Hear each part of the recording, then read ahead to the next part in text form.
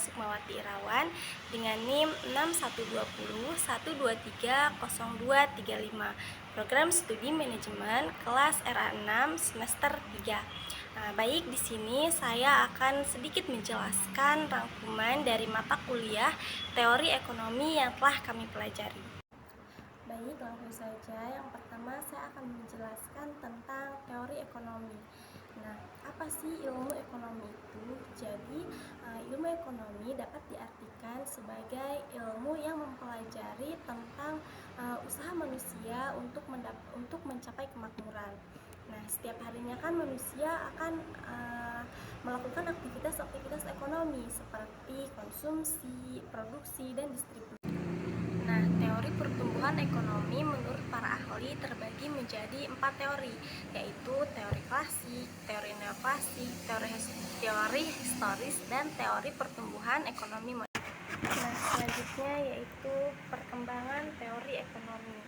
Nah, perkembangan teori ekonomi ini didefinisikan oleh para ahli sebagai perubahan dan pembaruan teori-teori ekonomi yang disesuaikan dengan kondisi sosial, politik, dan ekonomi yang terus berubah.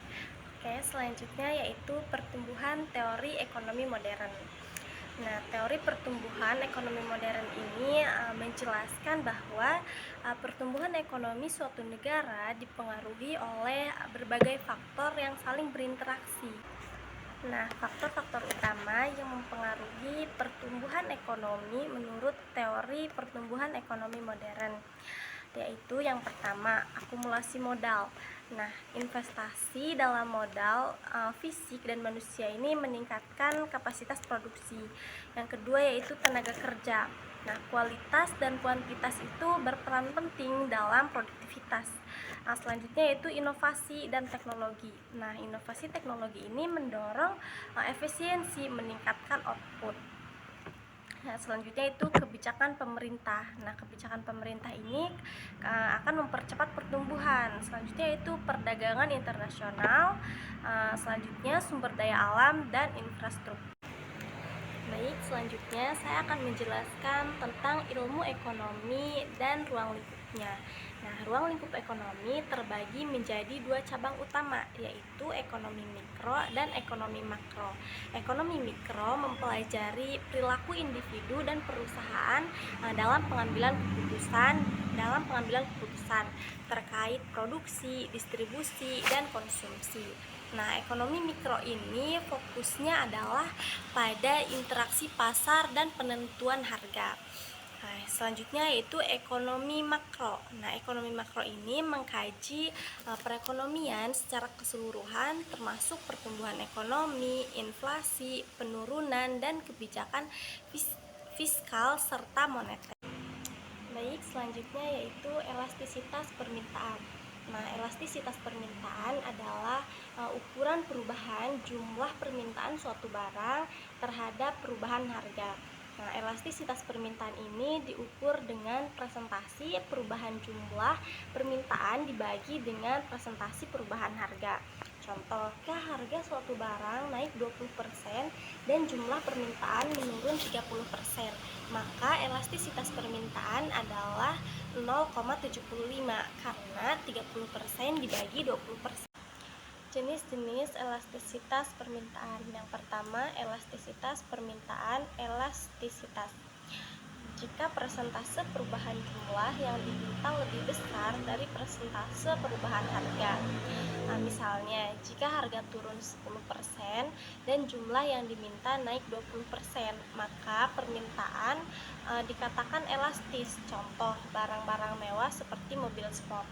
Yang kedua yaitu elastisitas permintaan inelatis, yaitu jika persentase perubahan jumlah yang diminta lebih kecil dari persentase perubahan harga. Misalnya, jika harga naik 10% dan jumlah yang diminta turun hanya 5%, maka permintaan dikatakan inelastis. Contoh, barang kebutuhan pokok seperti beras atau garam.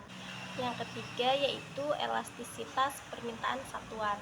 Nah, jika presentasi perubahan jumlah yang diminta sama dengan presentasi perubahan harga, misalnya Misalnya keduanya 10%, maka permintaan dikatakan elastisitas satuan.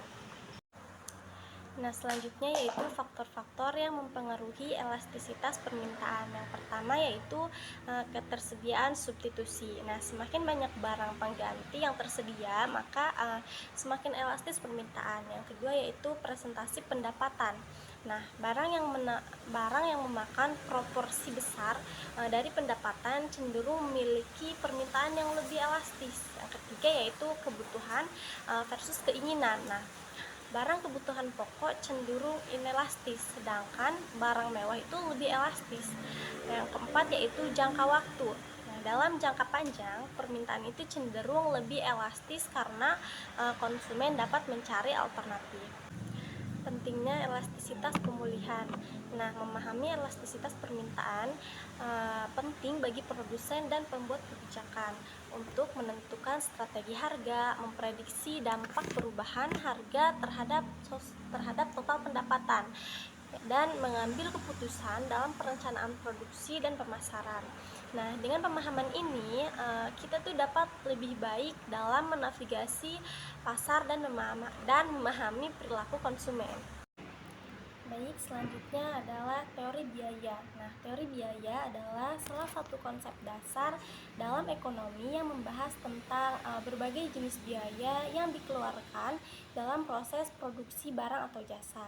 Nah, konsep ini berperan penting dalam membantu perusahaan memahami struktur biaya yang mereka hadapi agar dapat menentukan strategi produksi yang efisien.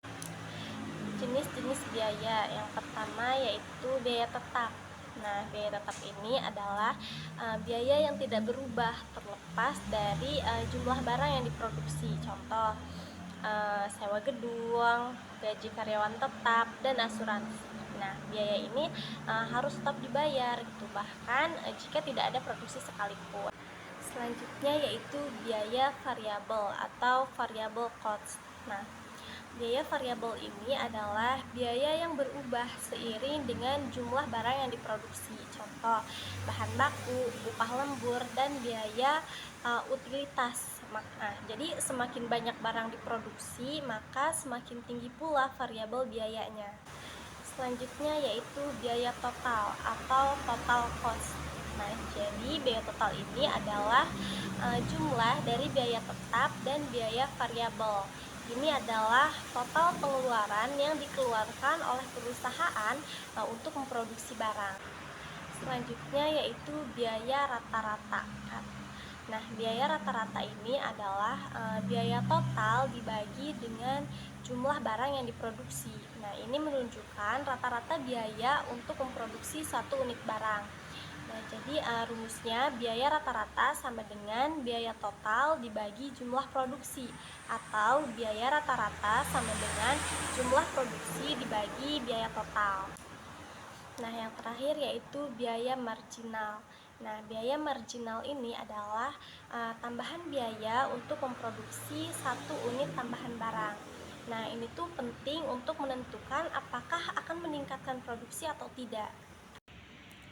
Nah, dari materi yang telah saya sampaikan tadi dapat kita simpulkan bahwa ilmu ekonomi ini bertujuan untuk memahami dan memprediksi fenomena ekonomi serta merumuskan kebijakan untuk meningkatkan kesejahteraan masyarakat.